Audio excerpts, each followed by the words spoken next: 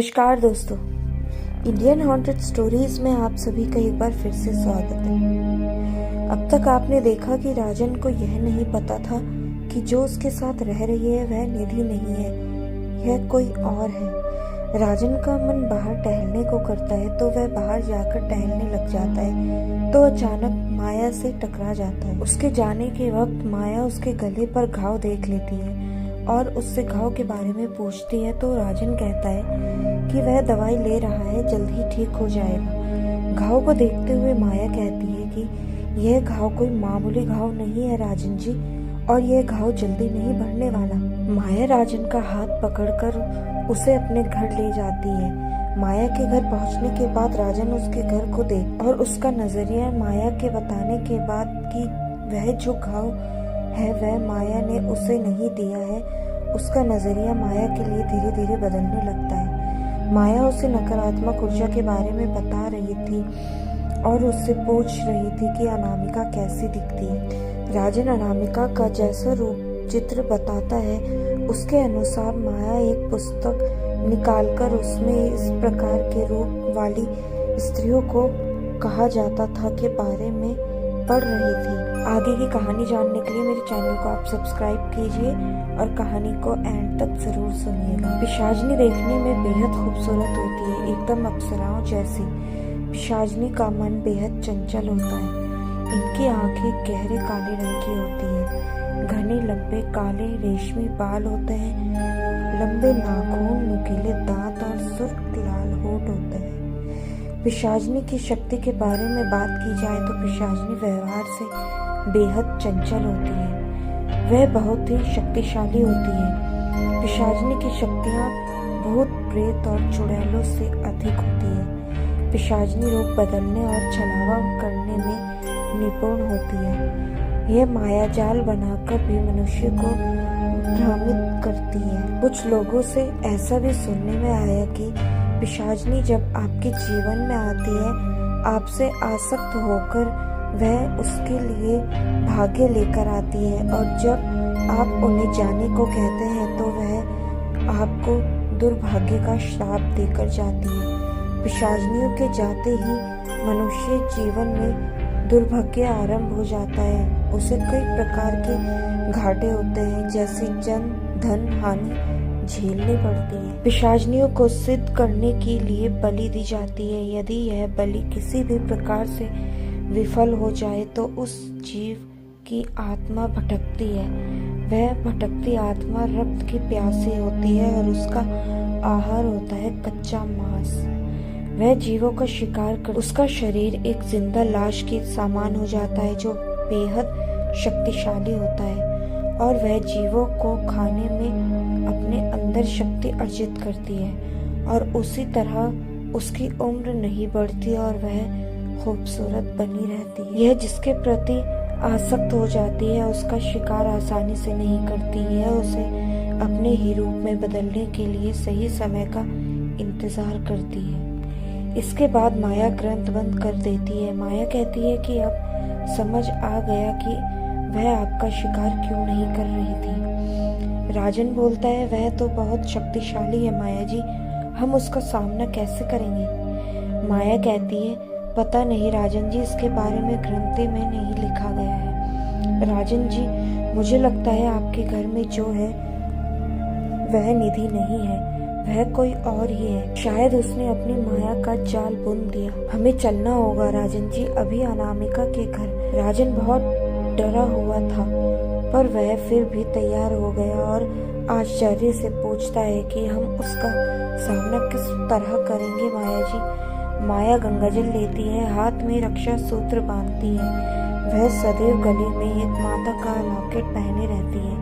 वह राजन को भी उसके हाथ में एक रक्षा सूत्र बांध देती है और एक माता का लॉकेट उसे भी पहना देती है। हनुमान चालीसा आता है राजन जी, अनोखे अंदाज में माया जी पूछती है। घबराई हुई आवाज में राजन बोलता है हाँ थोड़ी थोड़ी आती है, पर आप ऐसा क्यों पूछ रही हैं। माया कहती है हो सकता है जरूरत पड़ जाए इसकी। माया और राजन दोनों घर से बाहर निकल जाते हैं। राजन बहुत ज्यादा घबराया हुआ होता है। दोनों अनामिका के घर के बाहर खड़े हैं। अनामिका के घर पर ताला लगा हुआ है। माया इधर उधर देख रही है। राजन उससे पूछता है कि आप क्या कर रही हैं? माया कहती है कि मैं ताला तोड़ने के लिए कुछ ढूंढ रही हूँ। राजन भी इधर उधर ढूंढने लगता है कि अचानक उसकी नज़र वहाँ पर पड़े एक बड़े से पत्थर पर पड़ती है। राजन पत्थर उठाकर लाता है और ताला तोड़ने की कोशिश करने लगता है कि अचानक तेज आंधी आ जाती है। आंधी आने के बाद भी राजन जब ताला तोड़ने से नहीं रुकता तो राजन के घर में कुछ सामान गिरने की आवाज़ आने लगती है। राजन रुक जाता है और अपने घर की ओर देखता है। राजन पत्थर वहीं फेंक कर जाने वाला होता है कि माया उसका हाथ पकड़कर उसे रोक लेती है और कहती है, नहीं राजन जी, आप नहीं जाएंगी। यह उसकी चाल है। वह नहीं चाहती कि हम उसके बारे में जाने, इसीलिए वह आपको भटका रही है। आंधी से वहां पड़ी आसपास की धूल आंखों में जाने लगी और देखने में तकलीफ होने लगती है। चलती हुई आंधी में देखना बहुत मुश्किल हो रहा था। फिर भी राजन कोशिश करता रहा और ताला तोड़ देता है तो अचानक से आंधी रुक जाती है। दरवाजे की कड़ी खोलकर राजन दरवाजा खोलता है तो सुन रह जाता है। राजन का दिमाग काम करना बंद कर देता है। माया राजन के ठीक पीछे खड़ी थी।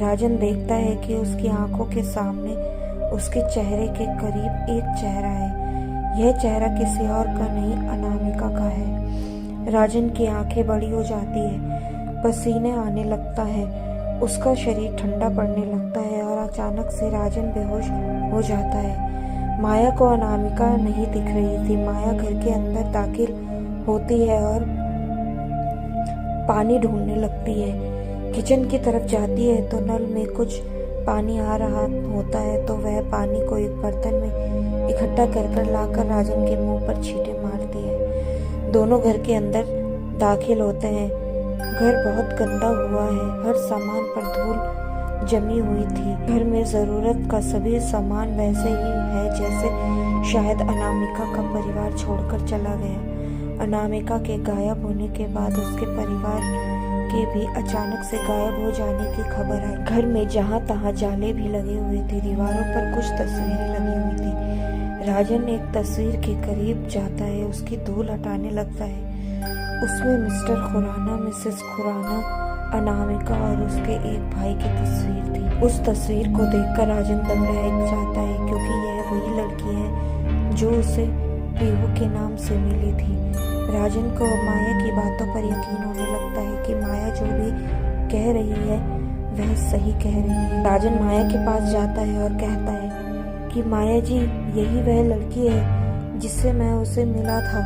माया भी उस तस्वीर के करीब जाती है और तस्वीर को ध्यान से देखती है तो अचानक माया को याद आता है कि उसने यह तस्वीर पहले भी कहीं देखी है। कहाँ उसे यह याद नहीं आ रहा था। माया अपने दिमाग पर जोर डालती है। अचानक उसे याद आता है कि उसने अनामिका की यह तस्वीर अखबारों में देखी थी। उसके और उसके परिवार के गायब होने की खबर। अचानक से तेज हवा के झोंके चलने लगते हैं। सामान इधर उधर गिरने लगता है। घर में सामानों पर पड़ी धूल उड़ने लगती है और तस्वीरें गिरने लगती है। राजन काफी डर जाता है। माया मुस्कुराकर कहती है, मुझे पता है तुम यही हो। तुम क्या चाहती हो यह नहीं जानती, क्यों हो यहाँ यह नहीं जानती, क्या हुआ तुम्हारे साथ मैं ये भी नहीं जानती, पर तुम्हारी मौजूदगी को मैं महसूस कर सकती हूँ। अनामिका, तुम यही हो, मुझे पता है। अनामिका, सामने आओ अनामिका। अट्टहास के साथ वहाँ अनामिका प्रकट हो जाती है। पूरे घर में उसकी हंसी गूंजती है। राजन और माया दोनों को देखकर कुटिल मुस्कान देती है। अनामिका बोलती है, हंसती है, मैं कौन हूँ? मैं पीहू हूँ, और जोर से हंसने लगती है। माया बोलती है, मैं जानती हूँ तुम्हारा नाम अनामिका है। तुम अपने आप को पीहू क्यों बता रही हो? अनामिका बोलती है, क्योंकि अब मैं प्यासी हूँ, रक्त की प्यासी। जोरों से हंसने लगती है और माया से कहती है, तुझे मारना चाहती थी पर तू तो खुद ही मरने चली आई। मेरा काम बहुत आसान कर दिया तूने। माया बोलती है, इतना आसान भी नहीं है अनामिका। मैं यहाँ मरने नहीं आई हूँ बल्कि तुम्हारे बारे में जानने आई हूँ। अनामिका बोलती है, मेरे बारे में तो क्या जानेगी और तो जान कर क्या करेगी? मेरे बारे में जानकर तो मेरी शक्तियों को कमजोर करना चाहती है। मूर्ख है तू। इतना आसान नहीं अनामिका को हराना। अनामिका विलक्षण गुणों से बनी है। अनामिका जोर से चीखने लगती है। उसके बाल हवा में लहराने लगते हैं, आंखें पूरी काली हो जाती है और दांत लाल लाल दिखाई देते हैं। उसके होठों से टपक कर खून ठोड़ी तक जा रहा होता है। यह दृश्य देखकर राजन के पैर कांपने लगते हैं, पर माया अभी भी वैसी ही अडिग खड़ी थी, क्योंकि माया पहली बार किसी रूह का सामना नहीं कर रही थी। वह ऐसी कई रूहों का सामना कर चुकी थी। माया अनामिका को ध्यान से देखकर उसका अध्ययन कर रही थी। माया ने अपने हाथ में गंगाजल लिया, मंत्र बोला और उसे अनामिका के ऊपर डाल दिया। अनामिका का साया उससे जलने लगा, जगह जगह से काला पड़ने लगा। माया ने अनामिका से कहा कि तूने क्या सोचा, मैं इतनी मूर्ख हूँ कि बिना हथियारों के तेरे पास आऊंगी? मैं तेरे खिलाफ सभी मजबूत हथियारों को लेकर आई हूँ। माया के ऐसा करने से कुछ देर के लिए अनामिका वहां से चली जाती है। वहां लोग अनामिका के जाने के बाद घर में छानबीन कर रहे थे। अनामिका के घर में कई तस्वीरें लगी हुई थी, जिससे बेहद खूबसूरत, नटखट और मासूम सी बच्ची दिख रही थी। उसकी तस्वीर देखते हुए राजन के मुंह से निकल जाता है कि माया जी देखिए, इसे देखकर लगता है कि यह लड़की आज इतनी खतरनाक हो गई है। जरूर कुछ उसके साथ बहुत गलत हुआ है। माया बोलती है, आप सही कह रही हो, या तो गलत हुआ है या उसे खुद को गलत करने पर मजबूर किया गया है। वह हमें पता लगाना होगा। खोजबीन के दौरान उन लोगों के हाथों में एक एल्बम भी लग जाती है। वे दोनों एल्बम लेकर उस घर से बाहर आ जाते हैं। माया और राजन दोनों माया के घर आ जाते हैं। माया सोचने लगती है कि आगे क्या करना है। राजन बोलता है, क्या हुआ माया जी? माया बोलती है, राजन जी, हमें यह पता करना होगा आखिर अनामिका कौन थी। अनामिका के बारे में जाने बिना हम उसके खिलाफ कोई लड़ाई नहीं लड़ सकते। राजन कहता है, यह तो ठीक है माया जी, पर निधि घर पर अकेली होगी। माया कहती है, आपके घर पर जो है वह निधि नहीं है राजन जी, अनामिका है। वह आपको छल कर रही है। राजन घर की तरफ देखता है। निधि उसे पुकार रही होती है, दोनों हाथों को फैलाकर। उसकी आंखों में आंसू भरे हुए हैं। क्या तुम अपनी निधि को नहीं पहचानते? क्या तुम अपनी पत्नी को नहीं जानते? माया जी झूठ कह रही है राजन, मैं अनामिका नहीं हूँ, उसका छल नहीं हूँ। मैं तुम्हारी पत्नी निधि हूँ, जिससे प्यार करते हो तुम और जो तुमसे प्यार करती है। राजन निधि की ओर बढ़ ही रहा था कि माया उसका हाथ पकड़ लेती है और कहती है कि नहीं राजन जी, निधि नहीं है वह अनामिका है, वह आपको छल रही है। निधि और जोर जोर से रोने लगती है। निधि को ऐसे रोता देख राजन की हालत खराब हो जाती है। वह माया से हाथ छुड़ाकर आगे बढ़ ही रहा होता है कि निधि गायब हो जाती है। राजन वहीं परेशान हाल में निधि निधि चिल्लाने लगता है और अपने बालों को पकड़कर रोने लगता है। राजन अपने कंधे पर किसी के हाथ को महसूस करता है। यह हाथ माया जी का था। माया कहती, नहीं राजन जी, रोइए मत। वह जो थी वह आपकी पत्नी निधि नहीं थी, वह अनामिका थी। वह आपको छल रही थी।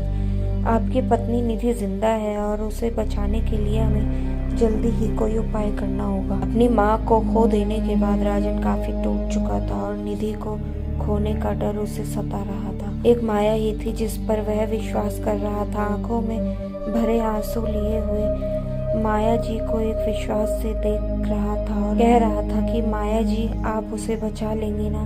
आप मेरी पत्नी को बचा लेंगी ना? माया ने पूरे विश्वास के साथ राजन को कहा, हाँ राजन जी, हम दोनों मिलकर उसे बचा लेंगे। और मन ही मन में सोचने लगी कि वह खुद भी नहीं जानती कि निधि को बचा पाएंगी भी या नहीं। पर मन ही मन सोचने लगी थी वह यह सच अभी राजन को नहीं बता सकती या लड़ाई लड़ने के लिए राजन का अपने ऊपर विश्वास और निधि को खोने का डर उसे शक्ति देगा।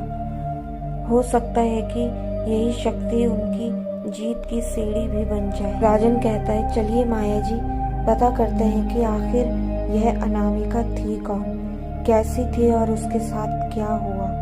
मुझे अपनी निधि को बचाना है, ना जाने वो किस हाल में हो, अनामिका ने उसके साथ क्या किया होगा या उसे किस हाल में रखा होगा।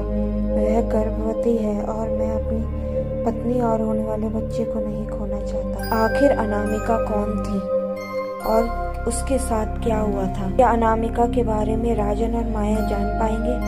यह देखने के लिए हमारे अगले एपिसोड के लिए इंतज़ार कीजिए और मेरे चैनल को सब्सक्राइब ज़रूर कीजिए।